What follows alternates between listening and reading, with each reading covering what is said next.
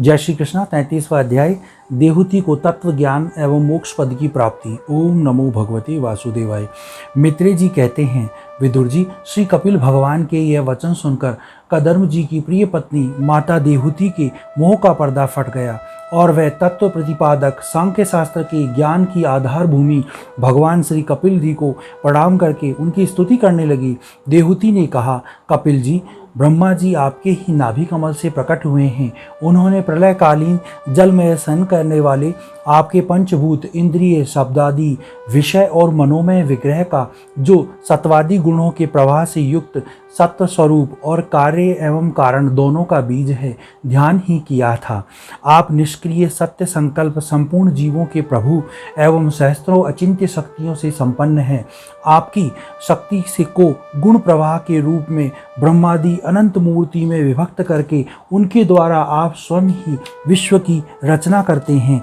नाथ, यह कैसी विचित्र बात है कि जिनके उदर में प्रलय काल आने पर यह सारा प्रपंच लीन हो जाता है और जो कल्पांत में माया में बालक का रूप धारण कर अपने चरण का अंगूठा चूसते हुए अकेले ही वटवृक्ष के पत्ते पर शयन करते हैं, उन्हीं आपको मैंने गर्भ में धारण किया। विभो, आप पापियों का दमन और अपने आज्ञाकारी भक्तों का अभ्युदय और कल्याण करने के लिए स्वेच्छा से देह धारण किया करते हैं। अतः जिस प्रकार आपके वराह आदि अवतार हुए हैं, उसी प्रकार यह कपिलावतार भी मुमुक्षुओं को ज्ञान मार्ग दिखलाने के लिए हुआ है। भगवान, आपके नामों का श्रवण या कीर्तन करने से तथा भूले भटके में कभी कभी आपका वंदन या स्मरण करने से ही कुत्ते का मांस खाने वाला चांडाल भी सोमयाजी ब्राह्मण के समान पूजनीय हो जाता है। फिर आपका दर्शन करने से मनुष्य कृतकृत्य हो जाए, इसमें तो कहना ही क्या है। अहो, वह चांडाल भी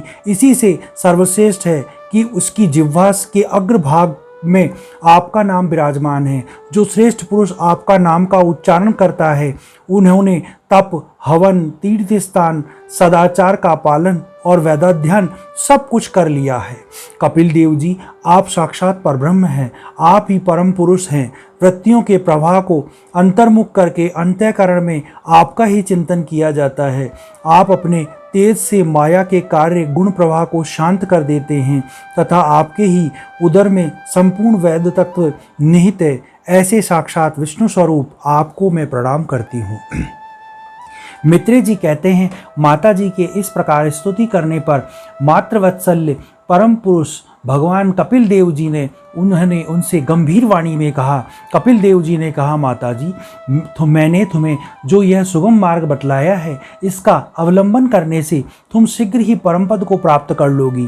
तुम मेरे इस मत में विश्वास करो। ब्रह्मवादी लोगों ने इसका सेवन किया है। इसके द्वारा तुम मेरे जन्म मरण रहित स्वरूप को प्राप्त कर लोगी। जो लोग मेरे इस मत को नहीं जानते, वह जन्म मृत्यु के चक्र में पड़े रहते हैं। मैत्रेय जी कहते हैं, इस प्रकार अपने श्रेष्ठ आत्मज्ञान का उपदेश देकर श्री कपिल देव जी अपनी ब्रह्मवादिनी जननी की अनुमति लेकर वहां से चले गए। तब देहूति जी भी सरस्वती के मृकट सदृश अपने आश्रम में उनके पुत्र के उपदेश किए हुए योग साधन द्वारा योगाभ्यास करती हुई समाधि में स्थित हो गई। त्रिकाल स्नान करने से उसकी घुंघराली अलकें भूरी भूरी जटाओं में परिणित हो गई।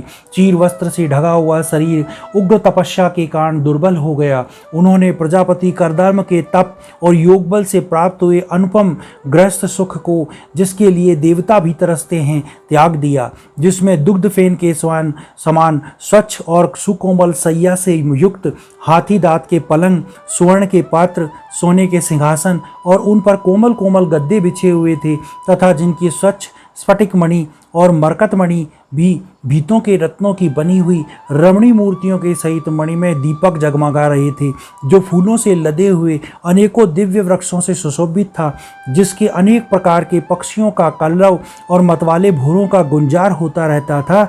जहाँ की कमलगंध से श्वासित बावरियों में कदर्म जी के साथ उनका लाड़ प्यार पाकर क्रीड़ा के लिए प्रवेश करने पर उसका गंधर्वगण गुणगान किया करते थे और जिनके पाने के लिए इंद्राणियां भी लालायित रहती थी, उस ग्रहो दान की भी ममता उन्होंने त्याग दी। किंतु पुत्र वियोग से व्याकुल होने के कारण अवश्य उनका मुख कुछ उदास हो गया।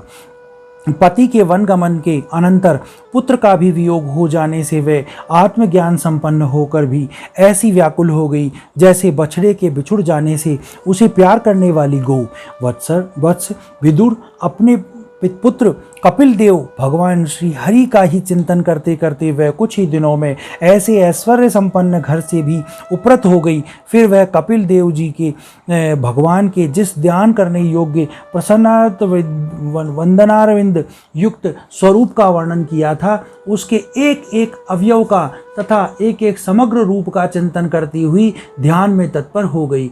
भगवत भक्ति के प्रवाह, प्रबल वैराग्य और यथोचित कर्मानुष्ठान से उत्पन्न हुए ब्रह्म साक्षात्कार करने वाले ज्ञान द्वारा चित्त शुद्ध हो जाने पर वह उस सर्वव्यापक आत्मा के ध्यान में मग्न हो गई, जो अपने स्वरूप के प्रकाश से माया जनित आवरण को दूर कर देता है। इस प्रकार जीव के अधिष्ठान भूत परब्रह्म श्री भगवान में ही बुद्धि की स्थिति हो जाने से उनका जीव भाव निवृत्त हो गया और वे समस्त क्लेशों से मुक्त होकर परमानंद में निमग्न हो गई। अब निरंतर समाधिस्थ रहने के कारण उनकी विषयों से सत्व की भांति भ्रांति मिट गई। उन्हें अपने शरीर की भी सुधि न रही। जैसे जागे हुए पुरुष को अपने स्वप्न में देखे हुए शरीर की नहीं रहती, उनके शरीर का पोषण भी दूसरों के द्वारा ही होता था, किंतु किसी प्रकार की मानसिक क्लेश न होने के कारण वह दुर्बल नहीं हुआ। उसका तेज और भी निखर आया और वह मैल के कारण धूमयुक्त अग्नि के समान सुशोभित होने लगा।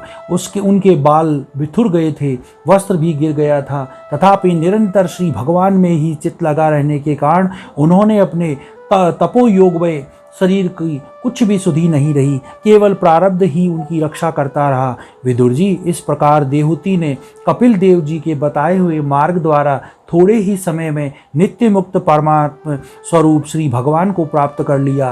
वीरवर, जिस स्थान पर उन्हें सिद्धि प्राप्त हुई थी वह पवित्र क्षेत्र त्रिलोकी में सिद्ध पद के नाम से विख्यात हुआ। साधु स्वभाव विदुर जी, योग साधन के द्वारा उनके शरीर के सारे दैहिक मल दूर हो गए।